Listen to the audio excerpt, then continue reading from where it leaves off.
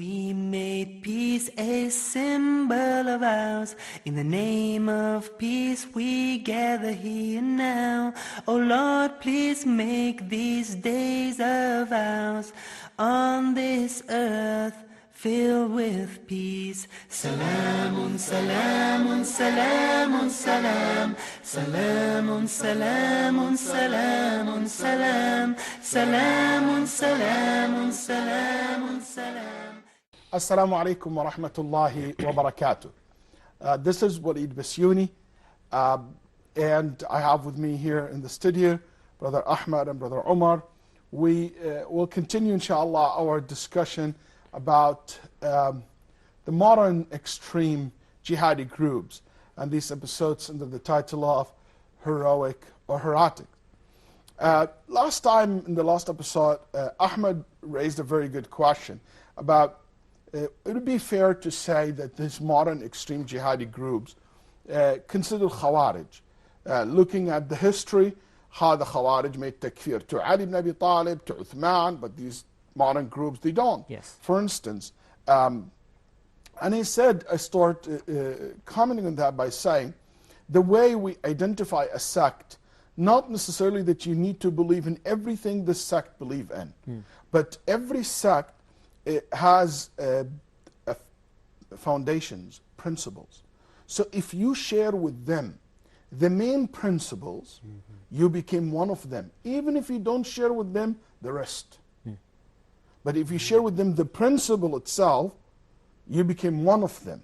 Yes. So one of the principles that the Khawarij they have, that they istihlalul qasayf, that they carry weapons against those, or they kill those who oppose them, who don't agree with them.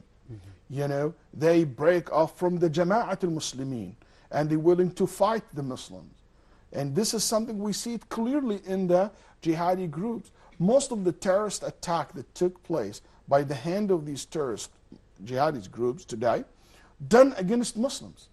And 50% of the victims were children. It's unbelievable. That's also one of the main principles of the Khawarij, is the concept of they make takfir to those who commit major sins, and also for those who disagree with them. And this is something very common to be found in these modern jihadist groups. If you disagree with them publicly, they will spill your blood.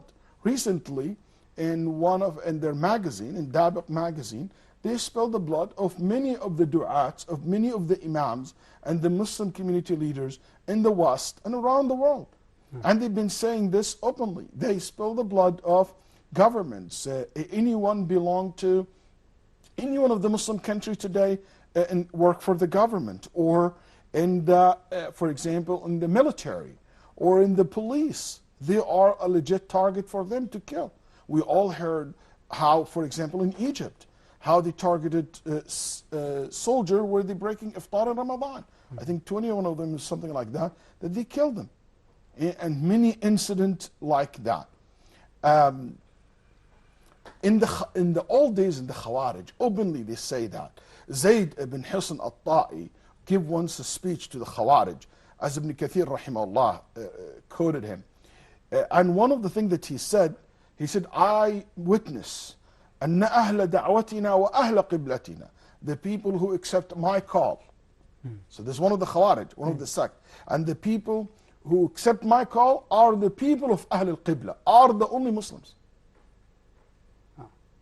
Okay?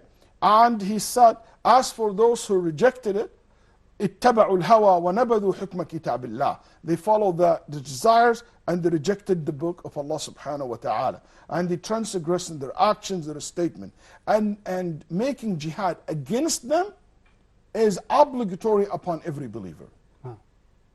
And the same concept you hear today. The spokesman of ISIS, his name Al-Adnani, in a very famous speech he gave, it's called As-Silmiyyatu Deenu Man. Peaceful is the religion of who? You're saying Islam is the religion of peace? He said, peace is the religion of who? That's his title. He said, in it, he said the Jiyush, the armies of these taghuts and this kuffar, leaders of the Muslim world, all of it in general are kuffar. left Islam. And today, to say that they are disbelievers and they're exited from Islam and must to fight them, and in the front of all these armies, or the Egyptian armies, he said, this is the only opinion can be said, and there should no disagreement on that.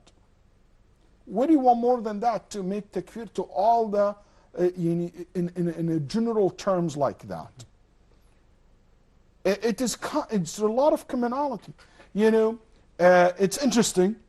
Another Khariji in the old days, Shabib ibn Yazid al-Shaybani, he called upon his people and he said, who will give me, or go volunteer to kill and execute the governor of Sora? And he said, bring his head back to me. And today you see the ISIS call upon their followers, who will bring me the head of such and such, who will kill such and such. I have many of my colleagues and my friends, they're named by name. Where they were asked and encouraged the people in America and England, is anyone love Allah and His Messenger, pleases Allah and His Messenger today in this blessed month to bring the head of such and such sheikh or such and such da'iyah? It is unbelievable. Okay, Sheikh, I have a question. Excuse me. Yes, as long as they have this, this philosophy, and they consider themselves, on the right path. I have never heard about a debate on TV or even on Skype between one of the, the spokesmen of these jihadi groups and one of our scholars, a debate to be known and open to everybody. So why don't they just speak? Because, first of all, I think debate is not a good method. These groups, النبي صلى الله عليه وسلم, he said, لَإِنْ أَدْرَكْتُهُمْ لَأَقْتُلَنَّهُمْ قَتْلَ عَادٍ وَثَمُودٍ. And I'm not suggesting that you do the same thing with them. But when the person became so extreme, became a militant, he doesn't know any language except the sword, except the weapon. So unfortunately, that when you go very far deep into this, there is nothing can return you back except, fighting back. That's one. Two, debate, that's not true. We have debated so many of them, not necessarily in one-to-one, but scholars have debated them. And I just give you an example of Sheikh Abdurrahman Hadiya in Egypt, in Sudan, when they debated them and they win the debate. Next day, the masjid where the debate took place, they bombed the masjid. And in Afghanistan, a lot of people debated, especially in the 80s and when the 90s, when this idea became more popular and the jihadi groups start showing and this ugly face of making takfir to the world. A lot of student knowledge debated them. So with this been said, I would like to go back and make a quick comparison between the Khawarij and what we see today. Let's see what's the commonality. For example, one of the most famous things about the Khawarij, that they don't recognize the scholars. The Khawarij never had respect for the Sahaba. That's why when Abu Musa al-Ash'ari radiallahu anhu told Abdullah ibn Mas'ud about a group of people in the masjid who started a bid'ah, an innovation, one of the things that Ibn Mas'ud said, I don't see any one of the companions with you.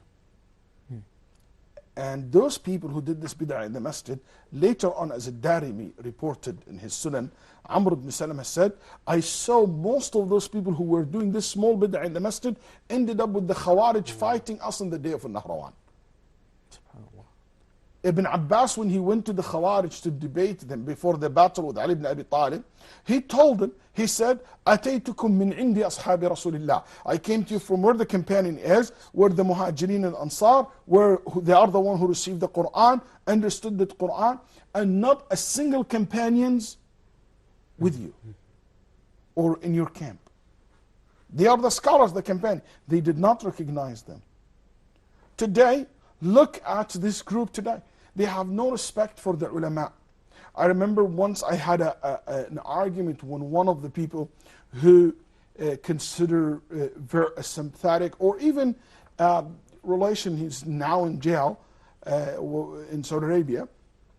And one of the things that I remember, and this is a long time ago before all these things come to the public, but to show that these seeds of evilness exist from a really long time ago in their minds and hearts. So this young man, when we sitting, he was telling me, you cannot be a believer until you disbelieve in al-Jibt al-Taghut. I said, I understand that. Al-Jibt al-Taghut is the Ibadat al-Awthan, is sihr, to disbelieve in paganism and things of that nature. I understand that. He said, no. Al-Jibt al-Taghut is Ibn Uthaymeen and Ibn Baz. Is the two great scholars in Saudi Arabia at that time. So if that's how he believed about it. You know, one of the first things these guys will say to any follower, don't trust the ulama. They sell themselves for dollars.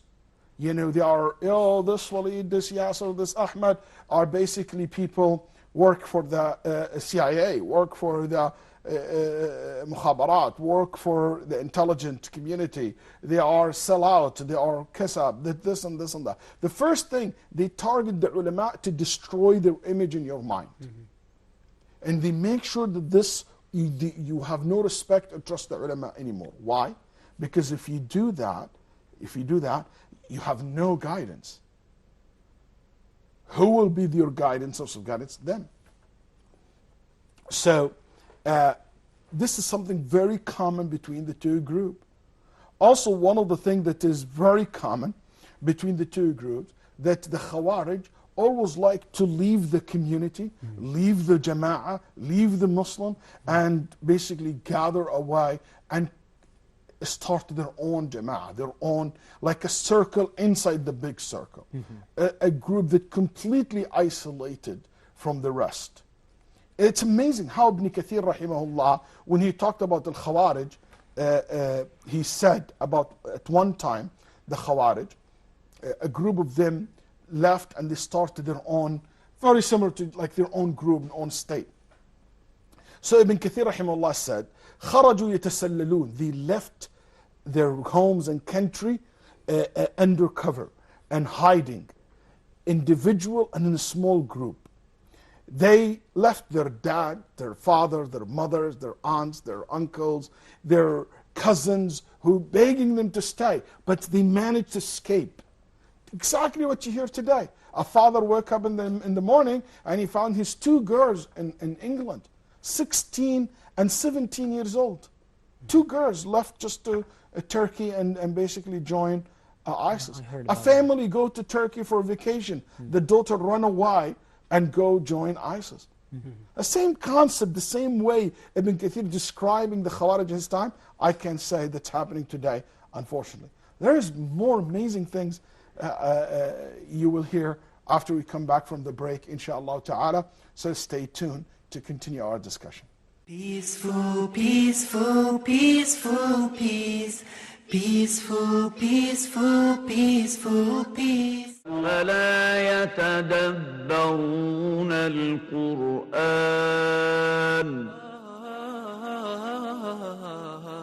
One day the Prophet ﷺ came out to the companions radiallahu anhum, and he said to them, don't you bear witness that Allah subhanahu wa ta'ala is the only one worthy of worship and He has no partners?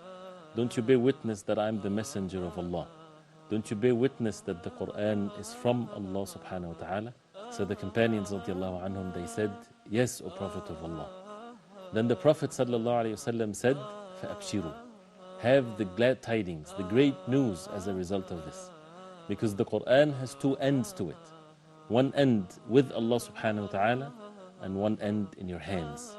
Then he said to them alayhi salatu wasalam, فَتَمَسَّكُوا بِهِ, hold fast to it, because you would never be led astray and you would never be perished if you're holding fast to the book of Allah. Because of that, join us every week in Quran in Depth, where we recite and reflect and ponder over the verses of the Quran. We go in depth into the verses, following the ways of the Prophet ﷺ and the companions radiallahu anhum, when they used to take the verses, one set of verses after another. They would recite it, they would reflect upon the meanings of it, and they would act according to it, and then they would go to the next set of verses. Join us every week in Quran in depth so that we would recite and reflect and learn more about the Book of Allah.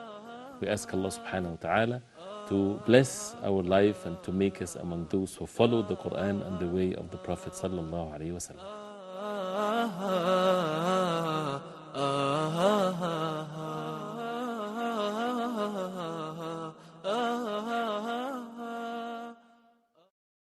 Peaceful, peaceful, peaceful, peace. Peaceful, peaceful, peaceful, peace. Assalamu alaikum wa rahmatullahi wa barakatuh. Welcome back to Heroic or Heretic. We were talking before the break about some of the interesting commonality between the Khawarij through history and these modern extreme jihadi groups today.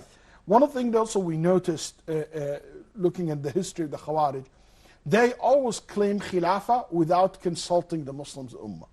One of them will claim that he is the Khalifa of the Muslims. So in the book, a very famous book in history called Kamil, في التاريخ, it says that the Khawarij gathered in the house of Zayd ibn Hisan al-Ta'i and they give bay'at to Abdullah ibn Wahb al-Rasibi. So Zayd gave خطبة and he said يا داود إنا جعلناك خليفة في الأرض فاحكم بين الناس بالحق, and he addressed al-Rasibi as the Khalifa of the Muslims Ummah. Today you see the same thing.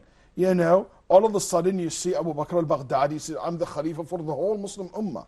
I mean, who's in the Muslim Ummah have given you the bay'ah or even agree to give you the bay'ah? And in the beginning, by the way, they used to say that Abu Bakr al-Baghdadi is not the Amir al-Mu'mineen or anything like that. But actually there is recording basically released how they give the bay'ah to him. And they said, أبايع أمير المؤمنين على السمع والطاعة في المنشط والمكره وألا أنازع الأمر أهله. The same format that it was given to the Prophet ﷺ, given to the leader, given to the Khulafa in the history of Islam.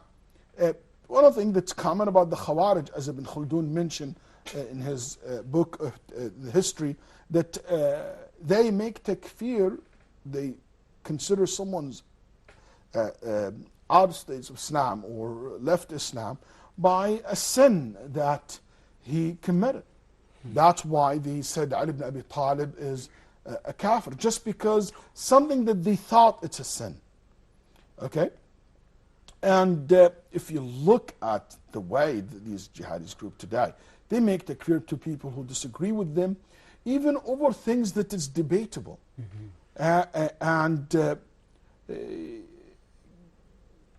For example, there is a quote that I can use in a recording called Al-Ra'idu La Yakdhibu Ahla by Al-Adnani, where he said, the spokesman of the ISIS, he said, those who claim that they are mujahideen, this is the free army of Syria, and there are all groups who are fighting in Syria against the Bashar regime. Okay? This is people supposed to be on the same side together against this regime in Syria. So ISIS talking to them, he said to them that you have to repent and to enter Islam, otherwise our armies in Syria and Iraq are lions hungry for your blood, and hungry and thirsty for your blood, and will come and basically kill you. And I told you before how they said about all the armies and any person related to the army. Yes, Omar, what do you have? Yeah, I just wanted to comment on the part related to why young people, they go and join these groups. So I just wanted to deal with it from a psychological perspective. I think I just want to deal with it from a psychological perspective. I think that it's because we, as human beings, we want to search for meaning. We want to have meaning in our lives. And maybe this is like an indication why they are so young, because maybe they don't see role models in their lives. I'm not justifying, of course, but just explaining that, because most of the time, maybe our fathers are not present at our homes. They don't advise us. They don't tell us what are the right things and the wrong things by practicing, not only by speaking.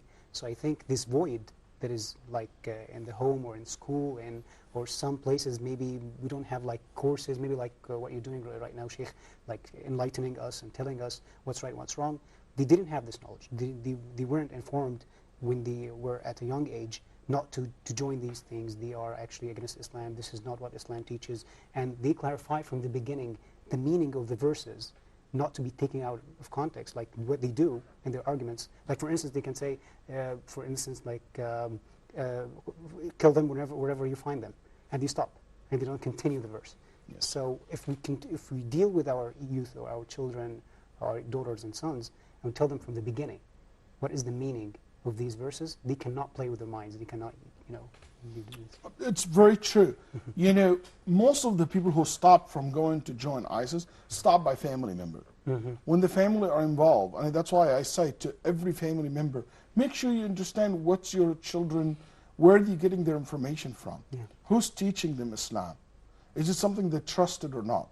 That's number one. Also, the issue that you said in the beginning, that they're searching for identity, Al-Wasatiyya, which is an organization, an research institute in Kuwait, based in Kuwait, they made a study, and over those members of Al-Qaeda who've been arrested in Kuwait, I'm not sure if other countries as well or not, but number one issue they found was those people searching for identity.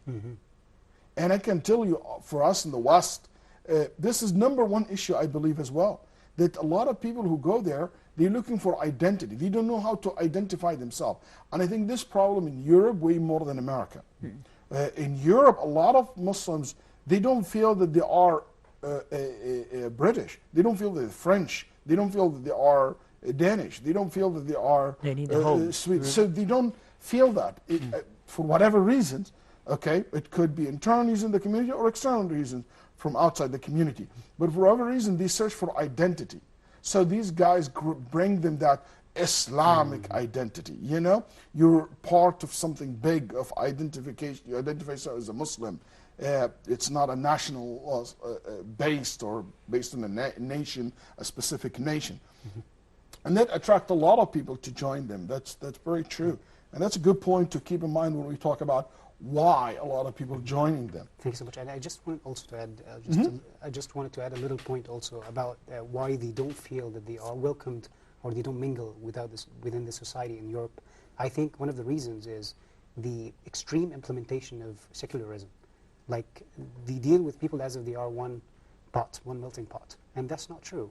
Even in Islamic nation, we know that we have Christians, we have Jews, and they have their own places of worship, they have their own customs, they have their own way of life. So I think the way of like looking at Muslims in these places, like in Europe and so on, as if they're looked down to, you have to cover your identity. You can't maybe pray in public in front of people. Like in some places, I think, places of work, maybe people can have a hard time to maybe take a time off to pray, Jummah prayer, for instance. So this is like a way of feeling that I don't belong here. I don't belong to this society. I'm not sure how true this image is, but I can speak of where I live in America. In America, I don't think we have this problem. You have your rights, your religion, a freedom of practicing your religion. We pray in public places. Everybody can take a break for a prayer, and during work, you can have your hijab, a sister, and so forth. In some country in Europe, their understanding of secularism is a complete, they don't have what we have in America, the separation between church and state, where completely they don't mix with each other. We respect religion, we believe in religion, take part of the public life. Some secular countries, they don't see it that way, so they prevent any person to have any religious identity in a place that represent the government. That's why a sister cannot wear hijab, for example, in France, if she work in a governmental office or in something owned by the government. And the problem with many of these social countries, everything run by the government. So it became harder for them to do that. But it has nothing to do with hate towards Islam. That's what I want to make sure to understand. They don't hate Islam for that. This will be applied to any Christians. It will apply to any Jews. It will apply to any Buddhist, any Sikh. A person will not be allowed to have a religious symbolic to have it in public place. So it's not targeted necessarily because I hate Islam. No, my system is like this. We don't want people come identify themselves by the religion in in public place or in a place that's run by government because they want to make government fair to everyone. That's this where they're coming from. Regardless, it's wrong or right, but that's their perspective.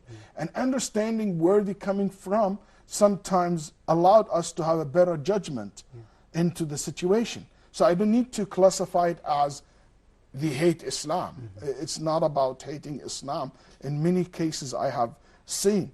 I want to go back to the comparison because we have only a few minutes Sheikh, left. Yes, go ahead. There's just one point I want to tell Amr something regarding the point that you mentioned now, that they don't feel, some of them don't feel that they have home, and they just need to find the appropriate environment to to carry out the rituals of the religion, and to feel that they are true Muslims. They are together, solidarity, one community. Okay, but it was about a year ago. I remember seeing a survey that was done on the Muslims in the UK. It was interesting, believe it or not. 98% of the Muslims in Britain, they love their country and they consider it their home because they have jobs and they are free to perform. You have a their religion. three-generation So Muslims in England. they are there and they enjoy being at home, and they 98% are loyal to the UK and to the Queen, and they enjoy their lives there. They don't feel that they are not in the land, or they're not in a place where they cannot perform the rituals of the religion. No, they are loyal and they love the religion, and at the same time they are loyal to the country. It's their home, where they were born, where they lived their childhood, where they converted to Islam or born as Muslims. So they are there and they just enjoy their lives. They are just citizens. And I think that's the message that it's very important that we call for it. We don't see a contradiction between your identity as a Muslim and your identity as an American, or your identity as a British, or your identity as a French or Egyptian, or because these groups extend that even to the Muslim country. One of the things that they said, you cannot be Egyptian, you're a Muslim. You cannot be, it's not only to non-Muslim countries, they extend that. So what I'm saying, especially for us in the West, we don't see a contradiction between your identity as a Muslim and also being whatever background you came from or what ethnicity you came from. And you can have this life in a very balanced way. It is not us versus them. It is us and them. This doesn't need to be me versus you. It could be, or it doesn't need to be me and you become one thing. But we can be me and you coexist peacefully. The And opinion I think and this is a very important message to think and to reflect upon. And I would like to end our episode today with this message. It doesn't need to be me versus you, but it could be Me and or you. us versus them. It is us and them. Yes. Thank you very much for listening to Heretic or Heroic or Heretic. Looking forward to see you in the next episode, inshallah ta'ala. I extend my thank you to my guests here in the studio, and all our viewers and all our team. Assalamu alaikum wa rahmatullahi wa barakatuh. Wa alaikum assalam wa rahmatullah. Peaceful, peaceful, peaceful, peace. Peaceful, peaceful, peaceful, peace. Peaceful, peaceful, peaceful, peace. Peaceful, peaceful, peaceful, peace. We made peace a symbol of ours. In the name of peace we gather here now. Oh Lord, please make these days of ours on this earth filled with peace. Salamun, salamun, salamun, salam. Salamun, salamun, salamun, salam. Salamun, salamun, salamun, salam. Salamun, salamun, salamun, salam.